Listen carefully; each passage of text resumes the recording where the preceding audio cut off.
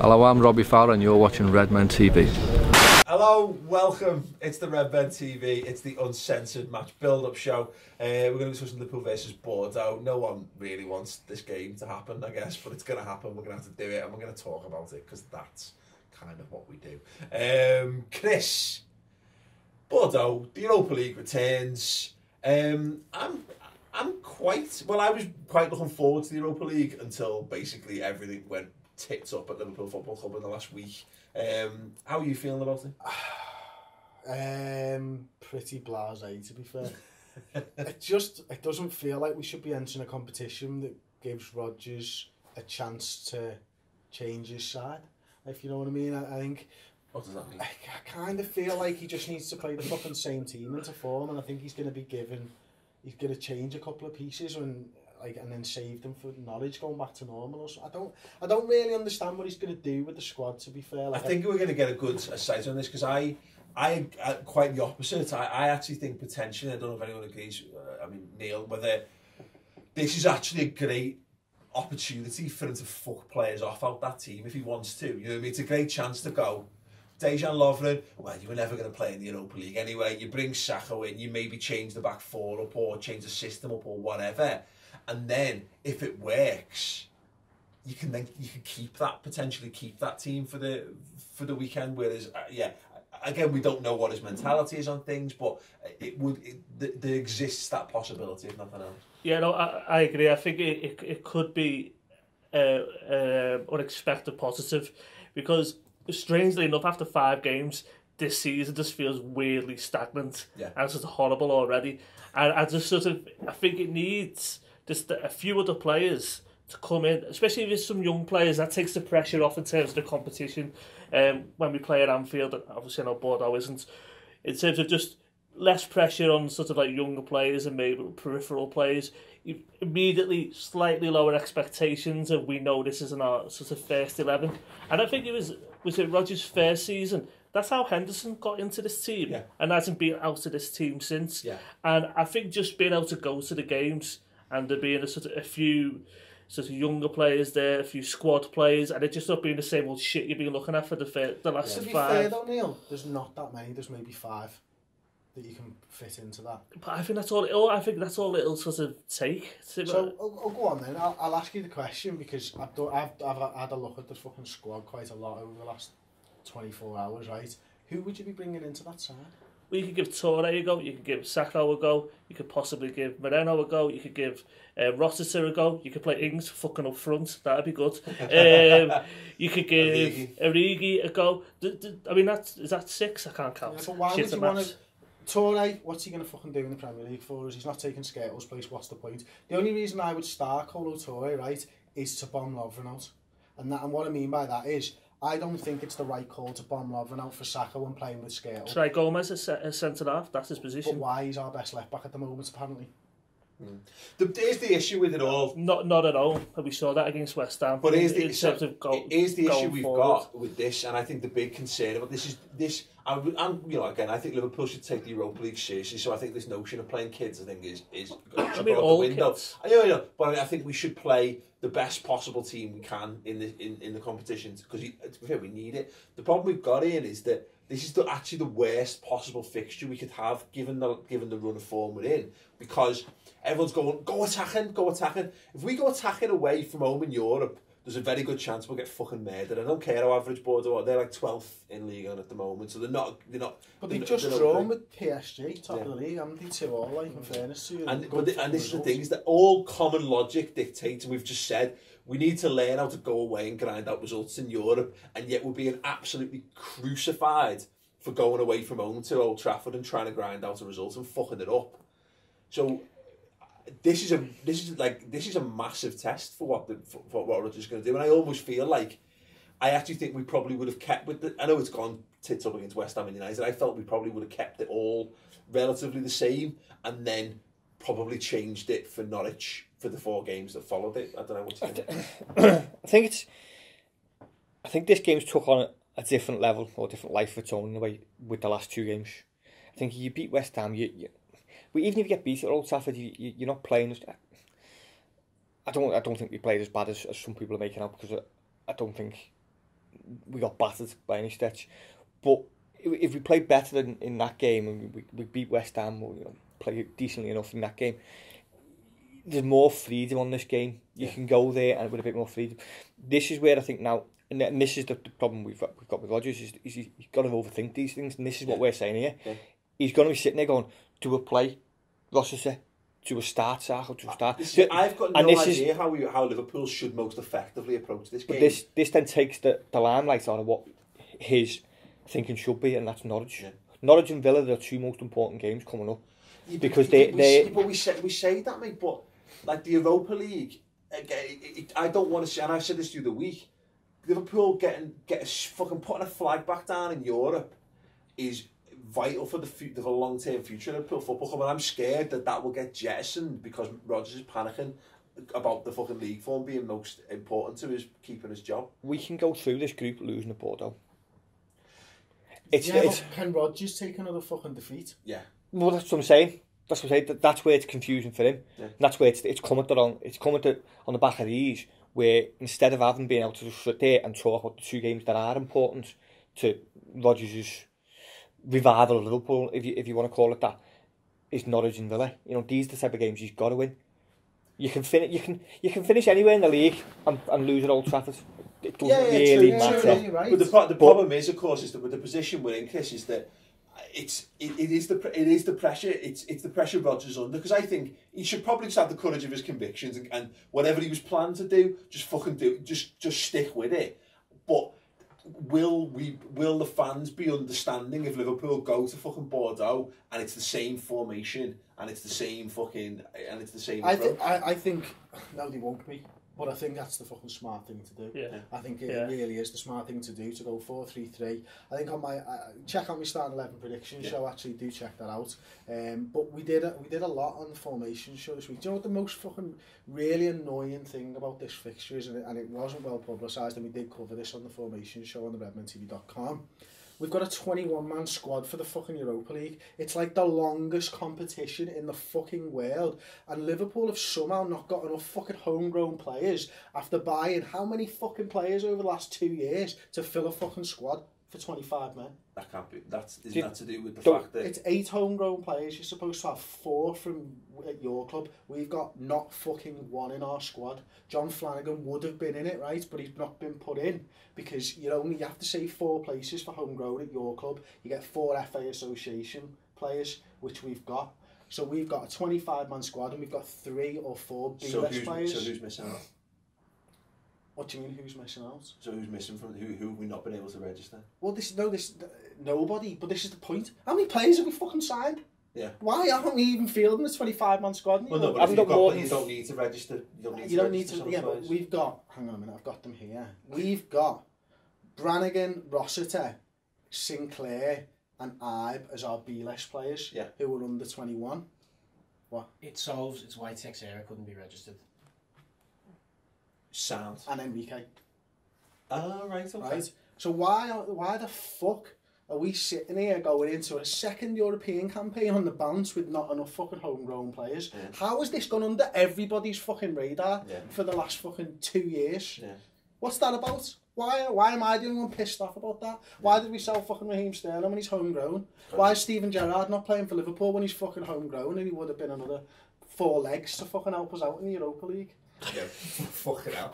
Imagine. Yeah, no, I agree on the Raheem and the Sterling thing, except he funded the fucking transfer business for the summer. Steven Gerrard. Maybe we should have bought some English players with it who could fucking be fielded or something, like, you know what I mean? It's English players. Yeah, but they're not fucking. How many non-English? About 40. What? You know, we need to be funding. You can't buy players. No, we need kids to be funding. To fucking fill that quota. We need to be funding. I've got some big card. We need to be. We need to be funding youth football at this club, because this is now the 2nd year on the bounce we've not been able to field a full squad in Europe. Yeah. Why the fuck are we not been able to do that? Yeah. So with the 4 that we've made 21 out of 25. Yeah. What's the 4 we're missing? What's the? Are they just Liverpool brought through kids? Yeah. So why is Brannigan? So what he's saying is there's a missing generation of Liverpool kids aged 22 and over who should be in our squad, Right, who would help fill out that. Yeah. Is what you're saying, basically. Yeah. But I don't understand how we've got to a situation where this can happen as a football club who's planning for fucking European football. But how many? I'd be interested to know how many clubs have this. I don't think there'll be any. I don't think there'll be any. It's pretty fucking stupid when you're trying to win a competition, which is essentially our league squad. Yeah. Yeah, and we're talking about making changes and stuff. We've got 21 men for what could potentially be a 65-game season. But is it actually 20? But is it all told absolutely 21 men? Because we've got 25 in total because of our B-list players. Yeah. But 3 of them really shouldn't be playing in Europe if you want to win the competition. So it's 23 really. It's plus 21, I would say. 22. So we're 3 men short of it. I agree that it's an issue, but and it should definitely be solved. But it should be. I don't think there's any. I don't think they'll. Probably, maybe Arsenal might be the only English at the club in moment, Europe we're to do looking that. at what 25 players minus Allen, minus Sturridge, minus Flanagan, minus Henderson. You know, a few fucking 5 games into the year, and we're already fucking struggling for players to put in the team for this game. But every club has injury problems, don't they? Of course they do, but every club might not have 21 players in a competition. It's fucking infuriating, and I can see us all laughing. Right? I don't care. I really don't care, because I fucking worry about this football club, and that's what it comes down to. You're accepting mediocrity. And you're fucking accepting I just don't understand what's going on. That's why I've been quiet for the first time in about an hour. It just pisses me right off, honest to God, like, fuming about it. What's it? But like, look, Sakho, right? You can play fucking Mamadou Sakho. Right, brilliant. He's fucking playing in France. He should be fucking starting. Why have we still got Lovren on the books? But we've only got 21 players, and we've picked Lovren as one of them. Yeah. But we can't go out and buy another one for that 25. We should have fucking sorted it out. Yeah. But we can only bring the other ones through, can't we? You could buy players younger. What you're saying, what Chris is saying is that... Look, we needed to buy 18-year-olds 6 years ago. Or exactly. something. What Chris is basically saying is he's very angry at something that happened 5 years ago. Exactly, that's exactly And right. he's only just found out about it now. Yes, they've been pulling the wool over my eyes for years. But isn't like... It's like this Brannigan and these people, aren't they the ones that are meant to be this... They're the next generation of them, Yeah. Because they'll be in the squad in 3 years' time, and they'll... You know what I'm dead angry about? But to be fair, like, do we really think fucking Rossiter's really going to make it as a Liverpool player?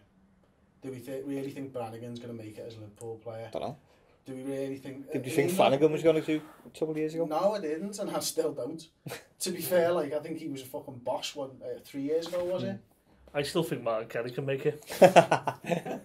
Genuinely. But this is the difficulty. Why have we got Nathaniel Klein, who can play right back? We had Wisdom there. He could have fucking done a job this season. Not according to Norwich. Yeah. Well, but this is then a difficulty of if it's difficult to bring players through who are good enough, then we can't ever fill them places because we're hitting. We're trying to hit. It's so hard to hit 14-year-olds who are going to be boss in 7 years' time, and with even like the ones we signed, like Sterling. I was doing that fucking well when I was 15, 16, mate. I was telling you. I tell you what. Let's ask the question then. Who are those players in the Premier League that we should have? Who would fill that quota? I fucking don't know. You put me on the spot now, like. Well, you've been raging about it, Chris. Raheem Sterling would have been one of them, wouldn't he? Yeah. Would he not count as? He would have been by now. Surely he would have been. He's 21 now. He would have been with us for 3 years. We signed when he was 15, wasn't he? 15, 16. Yeah. So he would have been well been it, like. Yeah.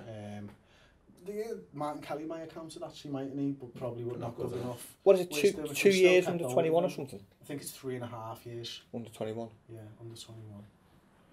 Yeah. Anyone else? Cresswell, yeah. There you go. Another Scouser. Barkley, we should have. Yeah, Barkley. Barkley's not old enough to be. He's under 21, isn't he?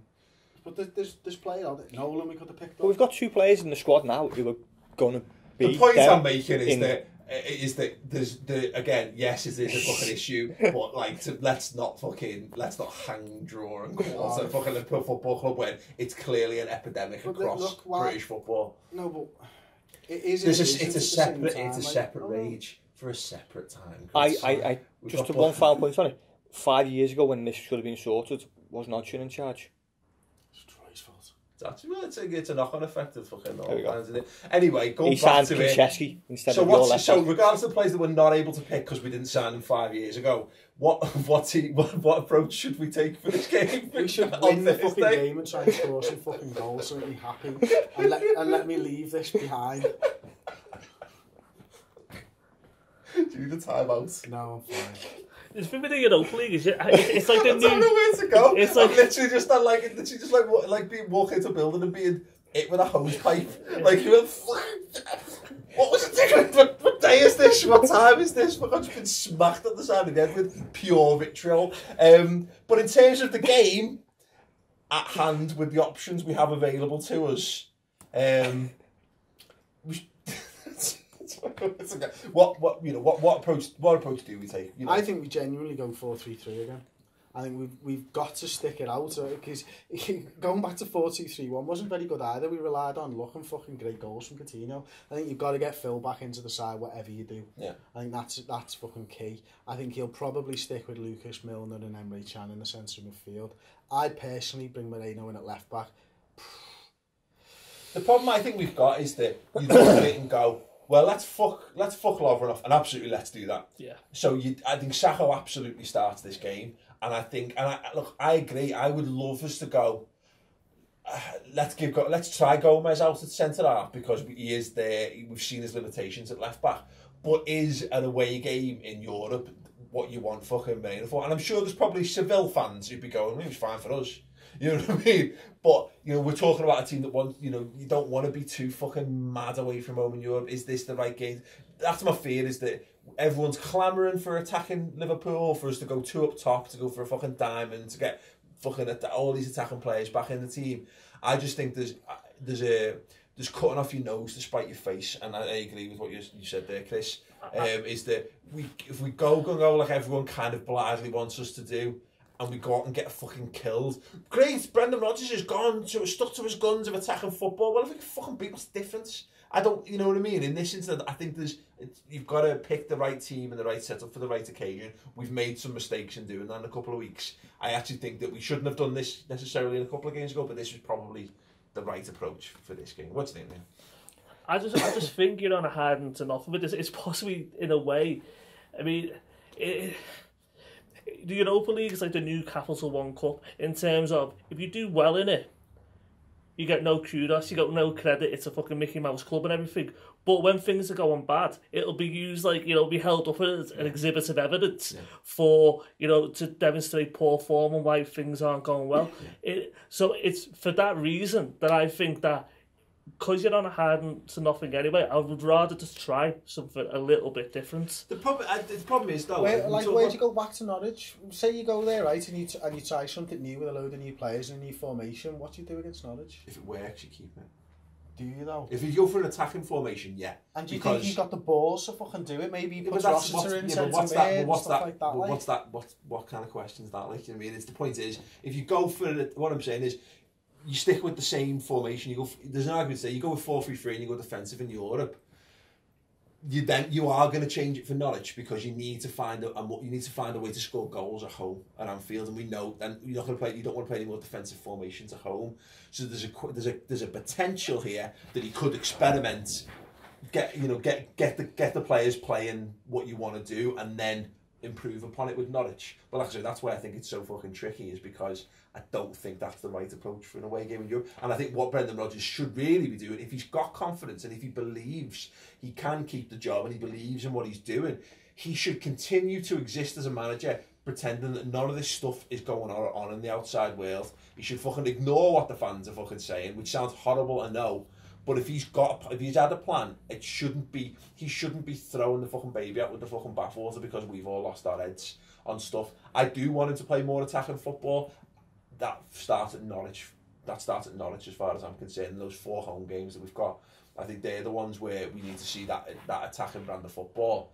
I think he needs to, what would Rafa do? What does Mourinho do? What does do this? It's just, again, is he capable of doing that? That's the big question. I think the basic premise of this game is that a point away in Europe is a good point. Yeah. And in terms of sort of shake it up, I don't necessarily mean in terms of sort of systems or formations. I'm not saying change everything radically. It's more just in terms of personnel. Try a few different players. Let's see if one of them can shine in a position in the team, and then be one of a few players who can actually go into the Norwich game with like a bit of confidence. Let's be honest, like if Jordan Rochester's in the squad and he's on the bench and he's good enough to come off the bench against Arsenal, chuck him in. You know what I mean? Just fucking chuck him in, mate. You know what I mean? And see if he can fucking handle it is one thing I'd maybe say in that instance, because we need to know. I think my worry is that like if you want, and I think it's the right call to get rid of Lovren. If you want to get rid of Lovren, I think personally what I would do is I would also change Tory for Skirtle, just for the. I don't want at some point during the season we're going to need Lovren. And I don't think you can just drop him, but you can say by changing both centre-backs, you can turn around and go, it was always the fucking plan to change both centre-backs. And then at that point, I'm now thinking, change both my centre-backs. I want to give Moreno a run out. Do I really want to be changing my defensive midfielder as well? And that's where I'm starting to think of it, being like, it seems a little bit fucking naive, that, because Moreno needs minutes on the pitch, because Moreno's got some shortcomings. But what has happened at Manchester United, Skirtle, Klein and Gomez were given time on the ball, and it's exactly what happened at West Ham again, right? And they need to be doing better going forwards. I just didn't think Gomez has got it at the moment. I think he will do at some point. I think he's actually a centre-back. I think that's all agreed. And he's been on the wrong side. And he's been on the wrong side. Coming in all the time. You know, Moreno needs to be given some time to basically affect football matches going forwards. But then you also need to change your centre-backs because Lovren's fucking a pile of wank. Yeah, and that's what I mean. In terms of the Lovren thing, I think absolutely nailed on. This is your chance to get him out because you've got a legitimate reason to get him out. And that's what I mean. You're not ruining his confidence. You're saying, look, we're changing for this. Because if Saka was shite against Bordeaux, well, Lovren was always going to come back in for the fucking league game anyway. But if Saka's fucking amazing, you reward Saka for that by keeping his place at the weekend, and Lovren, you go, look, mate, he's won it. Yeah, you know, he'll be injured in a week anyway, so you'll be back anyway. You know what I mean? And you're not damaging too many egos along the way. You're maintaining squad harmony, yada yada yada. Yeah, there we go. I want to know some score predictions, or anything that you did or didn't do 5 years ago that enraged you today. Lottery numbers that you maybe didn't put on, you know, horses you didn't back, anything like that. Go on. I'll start with the score. The score then, yeah. I'd go for, and I'd be happy with 1-1. And I think that's what it might be, because I think we'll concede. I don't think we can get more than one goal. Yeah. But yeah, I think it will. Yeah, 1-0 is a decent shout, I think, and I'd be happy with that. Yeah. 2-1. To us? Oh yeah. Good. Just checking. Always. Yeah, no, to be fair, I shouldn't have asked you, but the only voice of positivity on the show today. Go on, Chris. 1-0 again. I think I'll stick with 1-0. I think Neil's right. I think we're fucking nailed on to concede. But I think fucking if Firmino starts, he's got to fucking show something. Yeah. On Thursday. I think he's got to play central if we're going to do anything like. I think. I don't know why. There you go. There's Brendan with his team pick. I think that we. Let's go. I'll go 2-1 for the sake of it. I don't necessarily believe it, but I like the sound of it. And at some point in the 90s, my mum binned my old Liverpool shirts. In 1989 Liverpool home shirt in particular. When did she tell that's you? Now, she didn't. I only discovered this later in life. That shirt is now worth hundreds of pounds, and I'm fucking dead pissed off about it. Yeah, you kept your little school book where you wrote about shopping tips and Well, absolutely. But because I had a choice in that matter, Chris. But yeah, so yeah, is anything that's happened in the past that you've recently discovered that's made you really, really angry? Let us know in the comments section. Or email underneath. Tom at theredmentv.com. Yeah. Let us know your score predictions, let us know your thoughts. I want to know, because again, what is your opinion on this? Do Liverpool go attack? Do we start trying to be an attacking side now? Or, you know, can you understand holding off? what do you go with, what type of players you bring in, what players you're leaving out, all that in the comments below. Do check out some great shows this week. We obviously post-match we're going to be looking at Norwich, but that in its own time. We've got Chris's formation show, Chris looking at how Liverpool can get back to their attacking ways as well. Very interesting stuff. I also spoke to former Liverpool manager Roy Evans, Liverpool legend David Fairclough, and Telegraph writer Simon Hughes ahead of this game. That's going to be on the YouTube channel as well. Anyway, thanks very much for watching. Guys, thank you very much for joining us this week. It's been hard work at times, but ultimately pleasurable. And we'll see you all soon. Ta-ra.